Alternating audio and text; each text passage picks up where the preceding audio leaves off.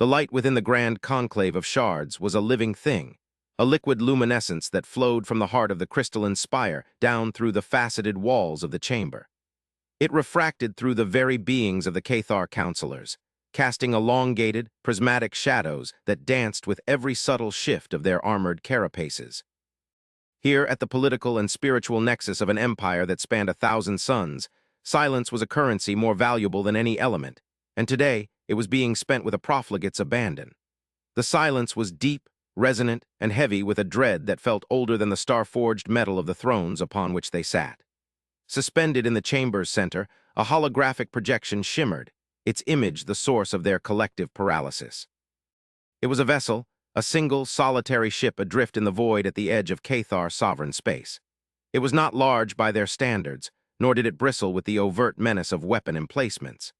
Its design was a study in profound, almost arrogant simplicity, a seamless obsidian sliver that seemed to drink the light of the nearby stars, leaving only a perfect void in its wake.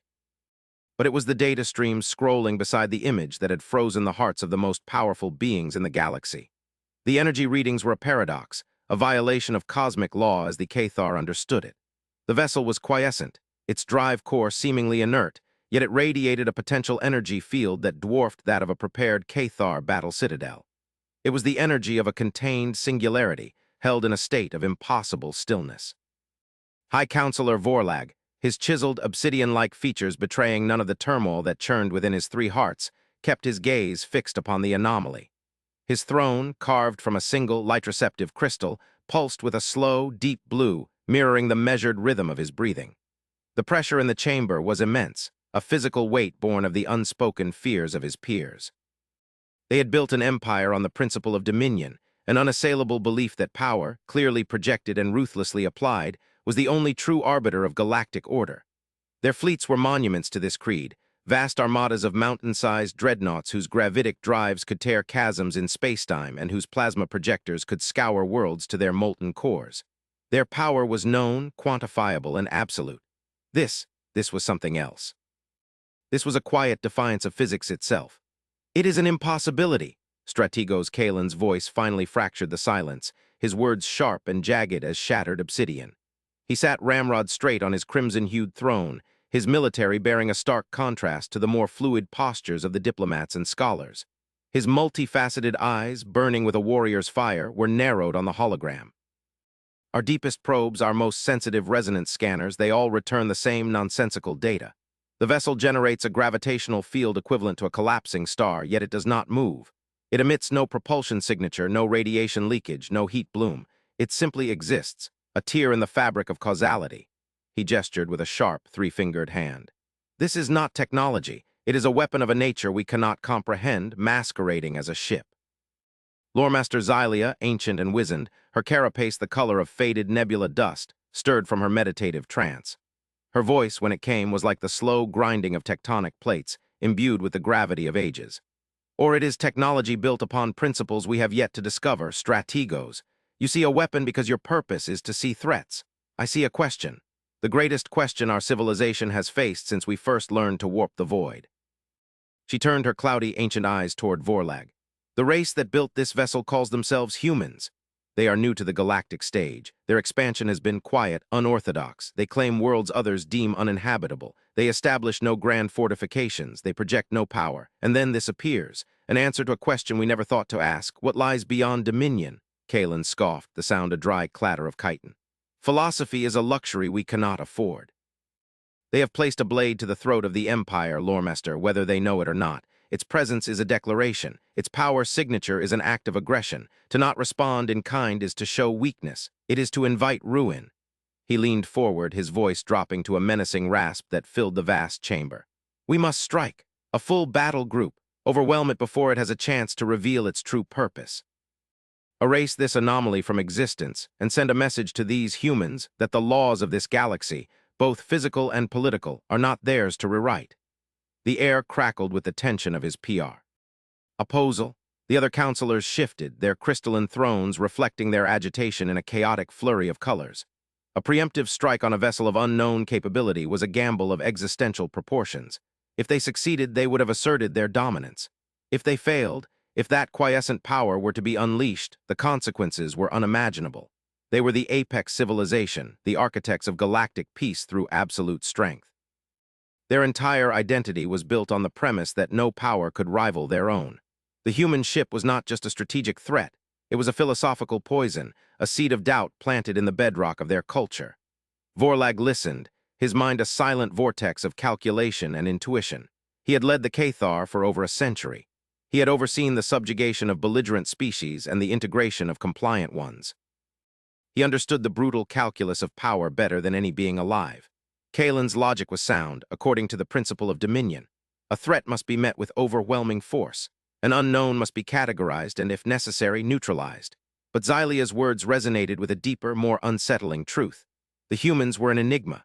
Their societal structure, their art, their motivations, what little the Conclave's intelligence could gather, were alien in a way that went beyond mere biology.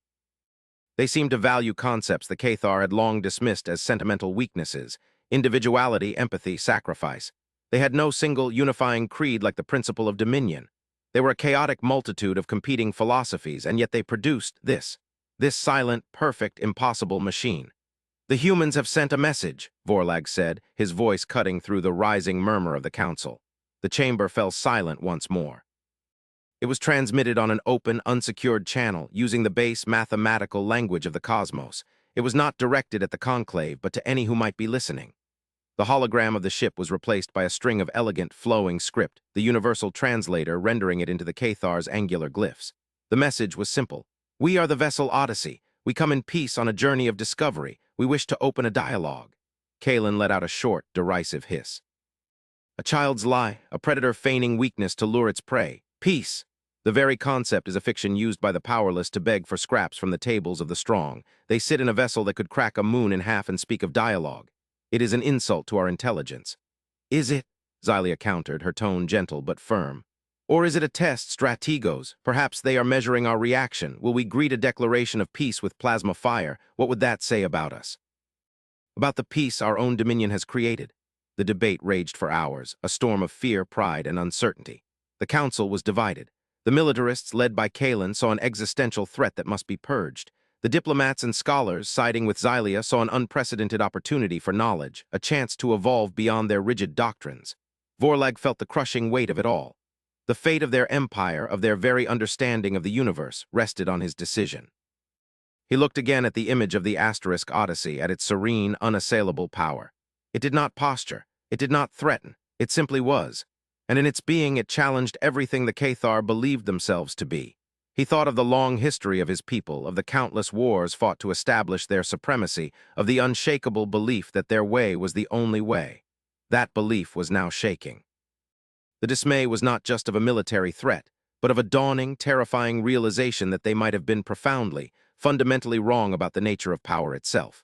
Finally, as the light from the spire began to deepen into the violet hues of the station's artificial twilight, Vorlag raised a hand. The chamber fell into a profound hush, every counselor awaiting his judgment. "We will not answer with fire," he declared, his voice resonating with the finality of a collapsing star. "We will answer their message. We will open a dialogue." He turned his gaze directly to Kalen, whose carapace had darkened in silent fury. "But we will do so on our terms. We will meet them strategos, but you will have your battle group ready. They will remain cloaked, beyond the range of any conventional sensor, but they will be there. If this is a deception, we will provide the galaxy with a lesson in the price of hubris." He then looked to Xylia, a flicker of something akin to hope in his ancient eyes. "And if it is not, then perhaps we are the ones who are about to be taught." The dismay in the room did not vanish. It merely changed its shape, transforming from the fear of a powerful enemy to the deeper, more unsettling fear of an unknown future, a future where the Cathar were no longer the masters of the cosmos, but merely students before a new and incomprehensible teacher. The Cathar diplomatic vessel, the Majesty of Reason, was itself a statement of power. It was a craft of immense size, its crystalline hull shimmering with internalized energy fields, its form a perfect embodiment of Cathar aesthetic, angular, dominant, and radiating an aura of unbreachable authority. It moved through the void not with the brute force of its military cousins, but with a graceful, measured gravity manipulation that bent space around it in silent, elegant curves. On board, High Counselor Vorlag stood on the observation deck, a vast chamber of transparent crystal that offered an uninterrupted view of the starfield ahead. Beside him, Loremaster Xylia was a statue of contemplation, while a contingent of Imperial honor guards stood at a respectful distance, their gleaming armor and powered halberds a stark reminder of the gravity of their mission. Strategos Kalen was not present, remaining in command of his hidden fleet, a phantom presence that Vorlag could feel pressing on the very fabric of spacetime. As they approached the designated coordinates, the human ship came into view, no longer a holographic ghost but a physical reality. The Asterisk Odyssey was even more unsettling in person. It did not reflect the light of the distant sun, it absorbed it. Its hull was a shade of black that seemed to pull at the eye, a patch of absolute nothingness against the tapestry of space. The HAR's most advanced sensors, which could map the geological strata of a planet from a light-year away, could glean almost nothing from it. The impossible energy readings remained, a silent, screaming paradox. The ship was a monument to an alien science that felt less like engineering and more like a form of cosmic meditation. "They are hailing us," a technician announced, his voice tight with nervous energy. "Audiovisual channel, unencrypted." Vorlag gave a slow, deliberate nod. "On screen." The main observation window shimmered and resolved into the image of a human. It was a female of the species, her features symmetrical and her expression placid. Her hair was dark, pulled back from her face, and her eyes, a deep, startling blue, held a profound and unnerving stillness. She wore a simple, dark blue uniform devoid of rank insignia or ceremonial embellishment. Behind her, the bridge of the Asterisk Odyssey was visible, and it was as baffling as the ship's exterior. There were no frantic technicians, no vast consoles overflowing with data. The space was open, minimalist, with soft, indirect lighting and walls that seemed to flow with a gentle internal luminescence. A few other humans could be seen in the background, moving with a calm, unhurried grace that was utterly at odds with the tension of this first contact. "I am Ambassador Eva Ristova of the Terran Alliance," the human said, her voice smooth and devoid of any discernible emotion. The universal translator rendered her words perfectly, but it could not translate the unnerving serenity in her tone. "On behalf of my people, I welcome you, High Counselor Vorlag. We are honored that you accepted our invitation for dialogue." The directness was disarming. She knew his name, his title. They had been watched, studied, with a depth that was far greater than the Cathar's own cursory intelligence on humanity. Vorlag felt a prickle of cold dread. They had been so focused on the ship's power, they had overlooked the intelligence that guided it. "I am High Counselor Vorlag of the Cathar Conclave," he responded, his voice the very sound of imperial authority. "Your vessel's presence in our sovereign space is a matter of great concern. Its energy signature violates established principles of physics. You will explain its nature and your purpose here."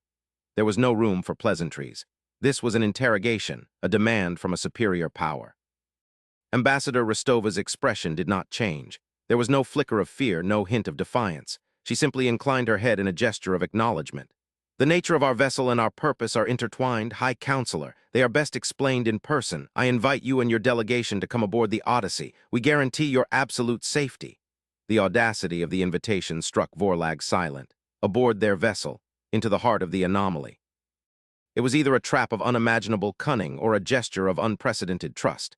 His tactical mind screamed against it, echoing Kalen's paranoia. But his intuition, the part of him that had guided the Empire for a century, felt a different pull. He looked at Xylia, who gave a nearly imperceptible nod, her ancient eyes gleaming with a scholar's insatiable curiosity. To refuse would be an admission of fear. The Cathar did not fear. "We accept," Vorlag said, the words feeling heavy, momentous. "We will come aboard," the prox. S of docking was as surreal as everything else. No tractor beams reached out to guide them, no magnetic clamps locked them in place. The Asterisk Odyssey simply opened a section of its seamless hull, revealing a brightly lit docking bay, and the Cathar shuttle was drawn in by a gentle, localized gravitational field. The moment the shuttle's ramp lowered, the Cathar delegation was struck by the atmosphere inside the human ship. The air was clean, tinged with the scent of ozone and something else, something organic and faintly sweet. But it was the sound, or lack thereof, that was most profound. The ever-present thrum of a life support system, the hum of power conduits, the background noise of a starship, all were absent. There was only a deep, pervasive silence, a quiet so complete it felt like a positive presence. Beneath the silence, there was a faint, subsonic vibration that seemed to resonate directly with the bones, a feeling not of power but of harmony. Ambassador Ristova was waiting for them, flanked by two other humans in similar, simple uniforms. They were unarmed.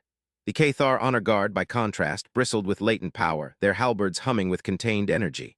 The physical contrast was stark. The Cathar were large, armored, formidable beings built for conquest and endurance. The humans seemed fragile, soft, their biological forms an evolutionary liability, and yet it was the humans who radiated an aura of absolute confidence. "Welcome to the Odyssey," Rostova said, her voice the same serene melody as before. She gestured for them to follow. "Please, this way, we have prepared a place to talk." They walked through corridors that were not corridors at all, but flowing, organic spaces. The walls were a soft, pearlescent white, curving and arching in ways that defied conventional architecture. There were no visible seams, no panels, no conduits. Light emanated from the material itself, a gentle, diffuse glow that cast no shadows. It felt less like a machine and more like the inside of a living creature. Vorlag ran a hand along the wall. It was smooth, warm to the touch, and seemed to subtly vibrate in tune with the low hum that permeated the ship. This was not construction. This was growth. They were led into a large, circular chamber at the heart of the ship. In the center was a simple, dark wood table and several chairs. One wall was a vast, transparent pane looking out into the stardusted void. The view was of the Cathar vessel, the majesty of reason asterisk, hanging in space, a monument to a philosophy that felt cruder and more primitive with every step they took inside this impossible place. Rostova invited them to sit. Vorlag and Xylia took seats, but the honor guard remained standing, a silent, intimidating perimeter. The ambassador paid them no mind. She sat opposite Vorlag, her hands resting calmly on the table. "High Counselor," she began, her blue eyes meeting his multifaceted gaze without flinching. "You asked about the nature of our ship. You perceive its energy signature as a paradox, a source of immense power held in stasis. You are both right and wrong. The power is there. But your understanding of its source is limited by your technological and philosophical framework." Vorlag's mandibles tightened. "Explain." "Your technology, like that of almost every other race in this galaxy, is based on the principle of opposition," Rostova stated. It was not an accusation, but a simple observation. "To travel faster than light, you generate immense gravitational forces to warp spacetime, to fight against its natural curvature. To generate energy, you unleash violent reactions, fusion, annihilation, and contain them. Your entire technological edifice is a war against the universe. You conquer physics, you dominate matter." Xylia leaned forward, her ancient mind grasping the thread of the human's argument. "And yours is not." Rostova offered a small, faint smile. It was the first crack in her serene facade, a hint of the profound truth she was about to unveil. "No, ours is based on the principle of resonance. We do not fight the universe, we listen to it, and we learn its song." She paused, letting the words sink in. "The universe is not a silent, empty stage upon which matter acts. It is a symphony of vibrations, of frequencies, of resonances. Space-time itself has a fundamental harmonic. We do not warp it, we harmonize with it." She gestured to the walls around them. "This ship is not built piece by piece, it is tuned. Its molecular structure is aligned to a specific frequency, one that allows it to become partially phased with the quantum foam. Our drive does not generate gravity, it generates a perfect, resonant tone. When that tone matches the harmonic of a specific coordinate in spacetime, the ship does not travel there. It simply arrives. The distinction is subtle but fundamental." Vorlag felt the foundations of his reality begin to crumble. Instantaneous, effortless translation. Cross any distance, not by tearing a hole in space, but by becoming one with it. It was elegant, sublime, and utterly terrifying. "The energy signature you detected," Rostova continued, "is not a weapon system waiting to be fired. It is the engine at rest. It is the sound of a perfectly tuned instrument in a silent room. It holds that potential energy because to exist in a state of perfect harmony with the fabric of reality is to have access to its boundless energy. We do not contain a singularity. We have become a stable, localized echo of the universe's own creative force."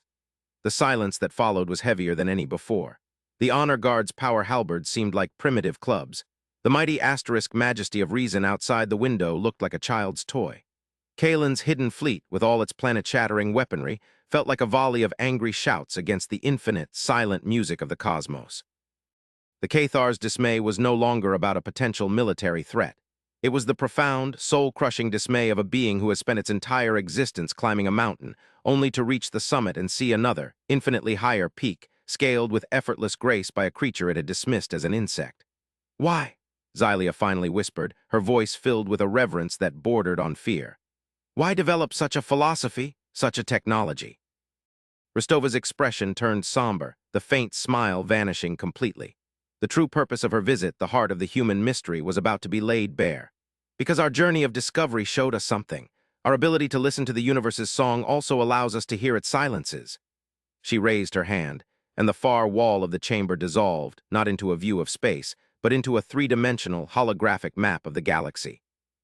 It was a swirling, magnificent river of light and energy, more detailed and alive than any chart the Cathar had ever produced. "This is our galaxy as we hear it," Rostova said softly. "Every star, every nebula, every planet has its own unique resonance, its own note in the cosmic symphony." She then expanded the map, pulling the perspective back, revealing the vast, empty void between their galaxy and its distant neighbors. And there in the intergalactic darkness was a patch of utter, complete blackness. It was not the simple absence of stars. It was an active, encroaching void. On the map, it looked like a stain of ink spreading across a divine tapestry, a region where the light and music of the cosmos simply ceased to be. The tendrils of this silence were reaching out, and the edge closest to their own galaxy was slowly, inexorably advancing. "We first detected it decades ago," Rostova said, her voice a low, grim murmur. "A dead region in the cosmic resonance. We thought it was a natural phenomenon, but it is growing. It is not merely empty, it is a null field. It dampens energy, it erases information, it silences the song of spacetime itself. Anything that crosses its boundary, probes, light, reality itself, simply ceases to resonate. It vanishes." Vorlag stared at the encroaching darkness, his three hearts beating a frantic, dissonant rhythm. The fear he had felt in the conclave chamber was a pale shadow compared to the existential terror that now gripped him. This was not a rival empire. This was not a weapon. This was the end of music, the end of light, the end of existence itself. "We do not know what it is," Rostova said, her gaze fixed on the map, on the great and terrible enemy of all life. "We do not know if it is a natural cycle of the universe, or the work of something ancient and unimaginable. All we know is that it is coming, and our most sober projections indicate that its leading edge will reach the outer rim of this galaxy in less than 1,000 of your years." She finally turned her gaze back to Vorlag, and for the first time he saw past her serenity. He saw the deep, profound gravity of a people who had looked into the ultimate abyss and had not flinched. He saw the quiet determination of a species that had achieved a transcendent understanding of the universe only to discover that the universe itself was under threat. "This is why we are here, High Counselor," she said, her voice now imbued with a quiet, steely strength. "The Asterisk Odyssey is not a warship. It is a long-range sensor platform, a scout. We came here not to conquer, but to understand, to learn about the other civilizations of this galaxy, to see who else was listening." Her calm demeanor finally broke, replaced by a raw, powerful sincerity. "We did not come to challenge your dominion. We came to ask for your help. We came to warn you that a storm is coming, a great and final silence that threatens to consume us all. Our resonance technology gives us the ability to see it, but we do not have the strength to face it alone. No one does." The truth, in its terrible, cosmic grandeur, settled over the room.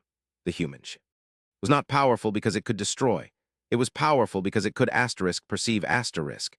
Its strength was not in its weapons, but in its vision. The Cathar, with their vast fleets and their philosophy of force, had been utterly, profoundly blind. They had been sharpening their swords, preparing for wars with their neighbors, while the very firmament of reality was beginning to unravel. The dismay was now complete, a perfect, hollow sphere of shame, fear, and a dawning, terrible clarity. They were not the masters of the galaxy. They were children, squabbling in a dark room, unaware that the walls themselves were beginning to dissolve. Vorlag stood up slowly, the motion of a being whose entire worldview had been shattered and was now being rebuilt on a new, terrifying foundation. He looked from the map of the encroaching silence to the face of the human ambassador, a representative of a species he had underestimated, a species that had just handed his people both a death sentence and a sliver of hope. "Strategos Kalen," Vorlag said, speaking into the silent air. His personal comlink, a subtle implant behind his auditory sensor, was always active. Miles away in the command center of a cloaked dreadnought, the Strategos would be listening to every word. "Did you hear that?" There was a pause that stretched for an eternity. Then Kalen's voice, stripped of its arrogance and filled with a raw, shaken awe, came through the calm. I heard it, High Counselor. The fleet's long-range resonance sensors, we have recalibrated them to the human's frequency. We can't see it. Gods below, we can see it." The admission was a surrender not of his fleet, but of his entire philosophy. Vorlag looked at Eva Rostova, a true and equal meeting of minds between the old power of the galaxy and the new. The political squabbles, the pride, the principle of dominion, it all seemed like dust in the face of the great, silent void. "Ambassador," he said, his voice no longer that of a ruler demanding answers, but of a partner seeking an alliance. It seems our dialogue is just beginning. The journey back to the conclave of shards was a silent one. Vorlag did not speak, nor did Xylia. They sat on the observation deck of the Majesty of Reason asterisk, watching the stars drift by, but they were not the same stars they had seen before. They were now tinged with a terrifying fragility, points of light in a symphony that was slowly being erased. The human ship, the asterisk Odyssey, paced them at a respectful distance, its obsidian form no longer a source of fear, but a beacon of shared, terrible knowledge. When they arrived, Vorlag reconvened the council immediately. The chamber, once filled with arrogant certainty and paranoid debate, was now cloaked in a stunned, somber silence. Vorlag did not need to persuade them. He simply had the data from Kalen's fleet projected into the chamber's heart. The image was a replication of what they had seen on the Odyssey *S bridge, the beautiful, vibrant swirl of the galaxy, and the horrifying, cancerous blot of the great silence growing in the void beyond. It was a truth so stark, so absolute, that it transcended politics. The strategos himself, appearing via hologram from his flagship, gave a clipped, formal testimony, his voice heavy with the weight of what he had witnessed. He spoke of the human's resonance technology not as a weapon, but as the only tool capable of perceiving the true threat. He did not ask for war against the humans. He asked for an alliance with them. In that moment, an empire built on 1,000 years of conquest and dominion pivoted. The shock, the dismay, the philosophical crisis, it all coalesced into a single, unifying purpose.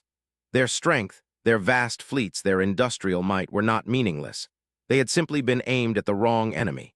Their purpose was not to rule the galaxy, but to defend it. An accord was drafted, an alliance between the Cathar Conclave and the Terran Alliance, an unprecedented union of the galaxy's oldest power and its most enigmatic newcomer. The humans would provide the vision, the sensory technology, the deep understanding of the cosmic harmony. The Cathar would provide the force, the logistical scale, the unyielding martial discipline needed to confront a foe that could not be reasoned with. It was a joining of perception and power, of the philosopher and the warrior, a desperate but noble gambit against the encroaching night. Weeks later, Vorlag stood once more with Ambassador Rostova, but this time they were on the bridge of his own flagship, the Indomitable will asterisk.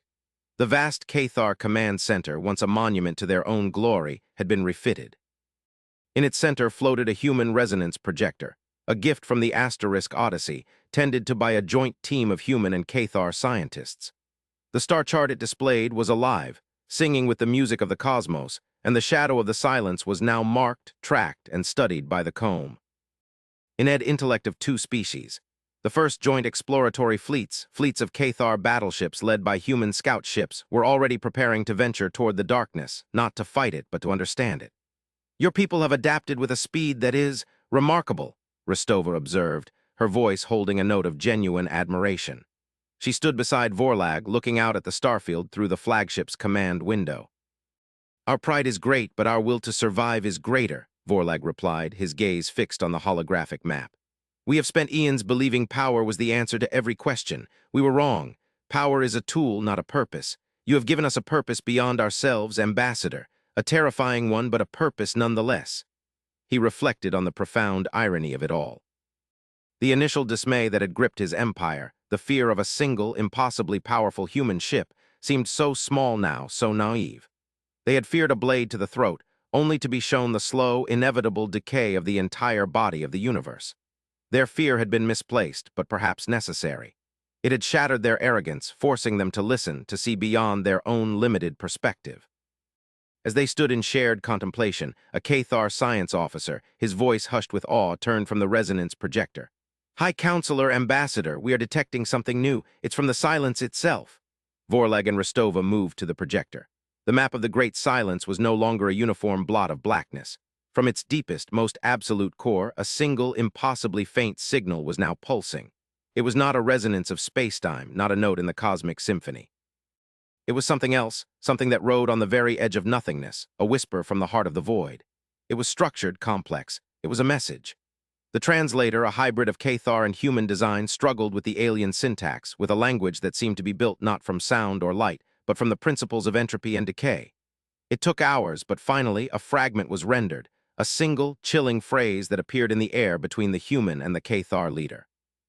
It read, "It was not a retreat. It was a quarantine. A cold dread, far deeper than any that had come before, settled upon the bridge. The great silence was not a natural phenomenon. It was not an attack. It was a cage. And the signal was not a threat, but a warning. A warning that something far more terrible was imprisoned within the silence, something that an ancient, long-vanished civilization had deemed so horrifying that they had sacrificed entire galaxies just to contain it.